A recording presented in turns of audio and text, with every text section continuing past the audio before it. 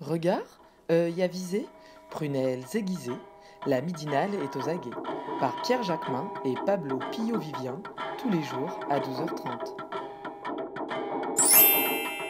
Bonjour Guillaume Duval. Bonjour. Merci d'avoir accepté notre invitation. Vous êtes journaliste éditorialiste à Alternative économique. Vous venez de publier Trump, Poutine, Orban, Salvini, le Brexit, une chance pour l'Europe aux éditions Les Petits Matins. On va y revenir, mais d'abord un mot sur le constat. L'Europe n'est ni une puissance économique, ni une puissance industrielle, ni une puissance diplomatique. En tout cas, c'est ma lecture. Mais c'est quoi pour vous l'Europe ? L'Europe, d'abord, c'est des institutions. C'est vrai que c'est aussi un marché aujourd'hui, mais c'est déjà aussi une puissance économique malgré tout, notamment à travers l'euro, qui fait qu'elle existe à l'échelle internationale.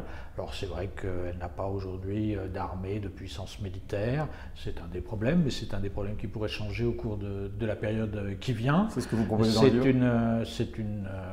C'est un ensemble qui est très hétérogène et c'est un problème, mais je pense que ça peut être géré. En tout cas, cette hétérogénéité est plutôt en train de se réduire assez rapidement. C'est un des constats qu'on peut faire vis-à-vis des pays d'Europe centrale et orientale. Je crois que le dumping social interne à l'Europe est en train de se réduire fortement parce que les pays d'Europe centrale et orientale se sont mieux sortis de la crise que les pays d'Europe occidentale et donc les écarts se sont beaucoup réduits. Alors est-ce que justement, avant de revenir vraiment sur le livre, est-ce que justement la visite du président chinois en Europe n'a pas révélé justement les intérêts contradictoires de l'ensemble des pays européens? Est-ce que justement l'Europe, ce n'est pas la somme d'intérêts commerciaux, industriels, économiques différents? Oui, c'est un des problèmes, c'est l'incapacité à parler de bloc à bloc, notamment avec une puissance comme la Chine et notamment sur les questions commerciales. Mais justement, c'est une des choses qui est en train de changer. Donc, les Allemands, avec la politique qu'ils ont imposée pendant la crise de la zone euro, ont poussé en particulier les pays du sud de l'Europe à vendre leurs bijoux de famille et les ont souvent vendus à des entreprises chinoises. Donc l'EDF portugais a été racheté par des Chinois, le port du Pirée a été racheté par des Chinois, etc. etc. Mais quand les entreprises chinoises ont commencé à acheter des entreprises allemandes, ils ont compris qu'il y avait un problème quand même. Et aujourd'hui, ils sont prêts à accepter des mesures de protection contre les investisseurs étrangers, enfin de surveillance des investisseurs étrangers. Donc même sur ce plan-là, c'est des choses qui peuvent changer. Je pense que les Allemands ont compris qu'ils étaient 80 millions et que les autres étaient 1,4 milliard et que tout seul, ils ne s'en sortiraient pas avec les Chinois. Alors vous ouvrez le livre en affirmant « c'est drôle », parce que vous le dites de manière assez drôle, en tout cas c'est amené de manière assez drôle, la couverture est assez drôle, donc il y a une part d'ironie, mais en même temps c'est très sérieux. Vous affirmez que Donald Trump est l'une des chances pour l'Europe, en tout cas est une chance pour l'Europe. Vous dites d'ailleurs que l'on se trompe sur les États-Unis, qu'au-delà de leur isolement, ils ne vont pas aussi bien que cela. En quoi c'est une chance ? Donc ils vont mal, effectivement, sur le plan de la santé publique, c'est connu, sur le plan des inégalités territoriales, sur le plan des questions de race et de choses comme ça, tout ça est très connu, mais ça les amène effectivement à vouloir se recentrer sur eux-mêmes et à se désengager du reste du monde, en tout cas à se désengager de l'Europe. C'est plus ancien que Trump, Barack Obama menait déjà le même genre de politique et je pense que ça durera au-delà de Trump, même s'il est remplacé par un démocrate. Mais en tout cas l'agressivité de Trump vis-à-vis de l'Europe, qui déclare aujourd'hui que l'Europe c'est un ennemi des États-Unis, fait que ça nous pousse à nous doter d'une politique extérieure et de défense commune. Même les Allemands ont compris aujourd'hui qu'ils ne pourraient pas toujours compter avec les Américains sur le plan de la défense. Les pays baltes, etc. L'ont compris depuis longtemps eux aussi. Donc ça nous pousse à aller de l'avant de ce côté-là, mais son agressivité sur le plan commercial pourrait être aussi utile. C'est-à-dire que là, il s'est beaucoup occupé des Chinois et de rééquilibrer les comptes avec la Chine, mais maintenant que c'est en voie de règlement, il devrait s'occuper davantage des Européens. Ça fait longtemps que les Américains reprochent aux Européens de ne pas faire ce qu'il faut pour soutenir l'économie mondiale, mais jusqu'ici, ils l'ont fait assez gentiment. Trump ne va pas le faire gentiment. Et ça peut amener les Allemands en particulier à accepter un changement de politique économique en Europe pour continuer à pouvoir vendre des voitures aux États-Unis en réduisant les excédents extérieurs de l'Europe. La zone euro, elle a 390 milliards d'euros d'excédents extérieurs, c'est de la folie furieuse. Il faut changer la politique économique en Europe, mais aucun Français, Italien, etc. n'a réussi à convaincre les Allemands de le faire. Je pense que Trump a la capacité de le faire. Alors là, on était sur la question économique. Sur la question climatique, vous dites aussi que la Russie de Poutine est aussi une opportunité pour l'Europe. Encore faut-il qu'on ne dépende plus du gaz russe. Dans l'Europe d'aujourd'hui, vous dites a priori que ça n'est pas possible, mais c'est tout à fait imaginable d'envisager une Europe qui serait à l'avant-garde, en tout cas qui serait une Europe qui ferait une véritable transition énergétique, une transition climatique. Enfin, je ne crois pas du tout au discours sur l'Europe sociale. Je pense que les modèles sociaux se sont développés dans chacun des pays nationaux, ce qui n'est pas du tout le cas des États-Unis, par exemple. On aura beaucoup de mal à les rapprocher. L'enjeu sur le social, c'est d'éviter que le fonctionnement économique de l'Europe continue d'être antisocial, de pousser chaque État à revenir en arrière. C'est d'abord l'enjeu du dumping fiscal en particulier. Mais par contre, je crois que l'Europe elle est déjà d'ailleurs environnementale. Donc les politiques environnementales sont déjà des politiques européennes. La France, c'est un pays qui n'a aucune politique environnementale, qui n'en a jamais eu, qui a simplement transposé en droit français des directives européennes dans tous les domaines. Et elle pourrait l'être davantage autour de la question de la transition énergétique, notamment parce que les pays les plus écolos sont les pays du nord de l'Europe et l'Allemagne, qui sont aussi les plus austéritaires d'habitude, mais comme ils ont très peur du changement climatique, ils pourraient accepter qu'on mette beaucoup d'argent en commun pour ça. Donc c'est les plans de Jouzel, de Larouturou, etc. Et une des choses où j'en veux le plus d'ailleurs à François Hollande comme à Emmanuel Macron, c'est de ne pas avoir du tout saisi ces sujets-là jusqu'à maintenant à l'échelle européenne.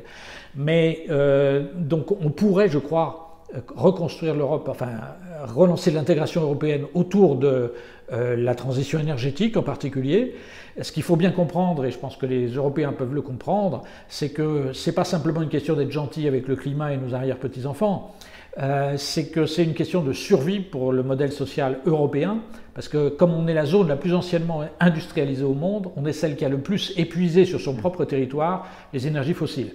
Si on n'est pas capable de s'en passer, il faudra donner de plus en plus de fric à des gens comme aussi peu recommandables que Vladimir Poutine ou Mohamed Ben Salman pour payer le gaz et le pétrole dont on va continuer à avoir besoin. Donc ça, c'est vraiment un enjeu immédiat pour nous, pour maintenant. Et ça, je crois qu'on pourrait agir ensemble là-dessus. Vous avez évoqué Emmanuel Macron. Vous vous rappelez dans le livre justement qu'Emmanuel Macron a largement rassemblé derrière lui, notamment sur la question européenne. Vous revenez d'ailleurs sur le fameux discours de la Sorbonne. 2 ans après le début de son mandat, on ne peut pas dire qu'il ait vraiment réussi à imposer quoi que ce soit, et notamment en matière énergétique et climatique. Il n'a pas essayé. Il n'a pas réellement essayé, il n'a pas essayé. C'est Macron le problème ou l'Europe ? Je crois que le problème, c'est l'attitude des Français, des dirigeants français et du peuple français. Je crois qu'on n'arrive pas à relancer la construction européenne et à changer son mode de fonctionnement dans un sens plus social, plus écologique, d'abord parce que les Français sont persuadés qu'on ne peut pas le faire. Je crois qu'aujourd'hui, la France pèse très lourd dans l'Europe, surtout si le Royaume-Uni s'en va. Donc ça fait un gros poids au moins sur l'Europe qui pesait négativement sur l'intégration européenne. Ça prive en particulier l'Allemagne d'un autre allié potentiel face à des initiatives françaises, etc. Donc la France pèse très lourd dans l'Europe telle qu'elle est aujourd'hui. La France pèse très lourd sur le plan militaire, diplomatique, dans un contexte géostratégique de plus en plus difficile. Le poids économique de l'Allemagne fait plus d'elle une très grande puissance parce que sur le plan militaire, sur le plan diplomatique, elle pèse pas très lourd. Donc la France pèse très lourd en Europe, mais elle n'utilise pas ce poids parce qu'elle est persuadée qu'on ne peut rien faire. Et donc Emmanuel Macron a certes tenu un discours un peu différent là-dessus en disant oui, vous allez voir ce que vous allez voir, je vais y arriver moi. Mais le problème d'Emmanuel Macron, c'est qu'au fond, il est d'accord avec les Allemands sur la politique économique qu'il faut mener, sur une politique déflationniste de marché du travail, de flexibilisation du marché du travail, baisse du coût du travail, sur une politique d'austérité, de baisse des dépenses publiques. Avec tout ça, il est d'accord. Donc il peut dire ce qu'il veut, il ne fera pas changer la politique européenne qui nous mène dans le mur. Et non seulement il ne fera pas changer la politique européenne, mais en plus il échoue pour cette raison-là en France, parce qu'il veut mener cette politique-là. Donc au début il disait « je vais faire ce que les Allemands veulent qu'on fasse en France, comme ça je deviendrai crédible vis-à-vis d'eux et j'obtiendrai des choses ». C'est ça qui l'amène dans le mur en France et c'est ça qui l'empêche d'agir en Europe en fait. Est-ce que finalement, sur la couverture de votre livre, Trump, Poutine, Orban, Salvini, on ne pourrait pas ajouter Macron ? Non, je m'en explique dans le livre, c'est parce que Macron n'est une chance ni pour l'Europe ni pour la France, parce qu'il s'y prend comme un manche. Avoir réussi à faire qu'aujourd'hui, le pays qui se sent le plus ennemi de la France ennemi de la France en Europe, c'est l'Italie, c'est de la folie furieuse. Emmanuel Macron n'est pas seul responsable. François Hollande, Emmanuel Valls y avaient déjà beaucoup contribué avec leur politique sur l'émigration en particulier. Mais Emmanuel Macron, il a quand même refusé au gouvernement de Renzi en juillet 2017 d'ouvrir les ports français pour accueillir les bateaux avec des migrants. C'était pas Salvini qui lui demandait, c'était Renzi et ses amis. Donc là vraiment, on a tout fait pour dresser l'Italie contre nous et c'est de la folie furieuse. J'ai une dernière question, Guillaume Duval, un mot justement sur l'euroscepticisme dont il est question aussi dans le livre. Vous dites que l'élargissement précipité et insuffisamment accompagné a contribué au discrédit du projet européen à l'Ouest. Est-ce que le danger qui est devant nous, ça n'est pas aussi de voir gagner les nationalistes, y compris en France ? Oui, c'est certainement un danger. Donc je mets en évidence qu'il y a beaucoup d'opportunités. On a toujours tendance à penser le futur comme l'extrapolation du passé. Alors ça s'est mal passé depuis 20 ans en Europe, il n'y a pas de doute, donc on pense que ça va mal se passer dans 20 ans. Il y a plein d'opportunités, mais c'est vrai qu'il faut être capable de les saisir et d'en faire quelque chose. Et c'est vrai que je mise peut-être un peu trop sur la rationalité des hommes et des femmes en montrant ces opportunités. C'est vrai qu'on a beaucoup de tendance à gâcher des chances. La possibilité existe qu'on continue à les gâcher, mais en même temps, comme je le disais tout à l'heure, je pense que ça dépend beaucoup de ce qui se passe en France, mais il faudra malheureusement attendre qu'Emmanuel Macron ne soit plus là, ne soit plus à la tête du pays pour réussir à saisir toutes ces opportunités, mais je suis persuadé pour ma part que la gauche en particulier peut rebondir beaucoup plus facilement et beaucoup plus aisément qu'on ne le pense en général. Alors c'est peut-être du fait de mes cheveux blancs, mais c'est vrai qu'en 1978, après l'échec des législatives, j'étais désespéré, j'étais sûr qu'on était parti pour une génération avant qu'on s'en ressorte. Il y a eu la victoire de 81. En 1993, j'étais désespéré, j'étais sûr qu'on était parti pour une génération de droite, etc. Et en 97, on a gagné. Je sais bien qu'aujourd'hui, la situation est sans doute plus structurellement difficile, qu'il faut inventer des choses beaucoup plus nouvelles qu'à ces époques-là, mais je pense qu'on en est capable beaucoup plus rapidement qu'on ne le pense. Il faut simplement effectivement surmonter des querelles d'ego, des choses comme ça. C'est vrai que les élections européennes ne sont pas forcément le moment le plus favorable pour ça. Le livre est un bol d'air frais quand même. Quand on le lit, on se dit quand même effectivement on peut imaginer un projet européen qui soit un projet européen, notamment sur la question de la transition énergétique. Encore faut-il en avoir vraiment l'ambition, compte tenu de l'échiquier politique qui s'est dessiné aujourd'hui ou qui va se dessiner dans les prochaines semaines sur la question européenne, sur les élections européennes. Ça vous déprime ça justement ? Ça me déprime un peu, mais je m'y attendais dans la mesure où c'est une élection proportionnelle à un tour, donc c'est favorable effectivement à un certain émiettement. Mais je pense que la gauche peut se rassembler assez rapidement derrière. Il y a des échéances qui y poussent, mais je crois aussi que sur le fond, les gens sont beaucoup moins éloignés qu'on ne le pense, qu'on ne le croit bien souvent, notamment sur ces questions européennes d'ailleurs. Merci beaucoup Guillaume Duval. Merci à vous.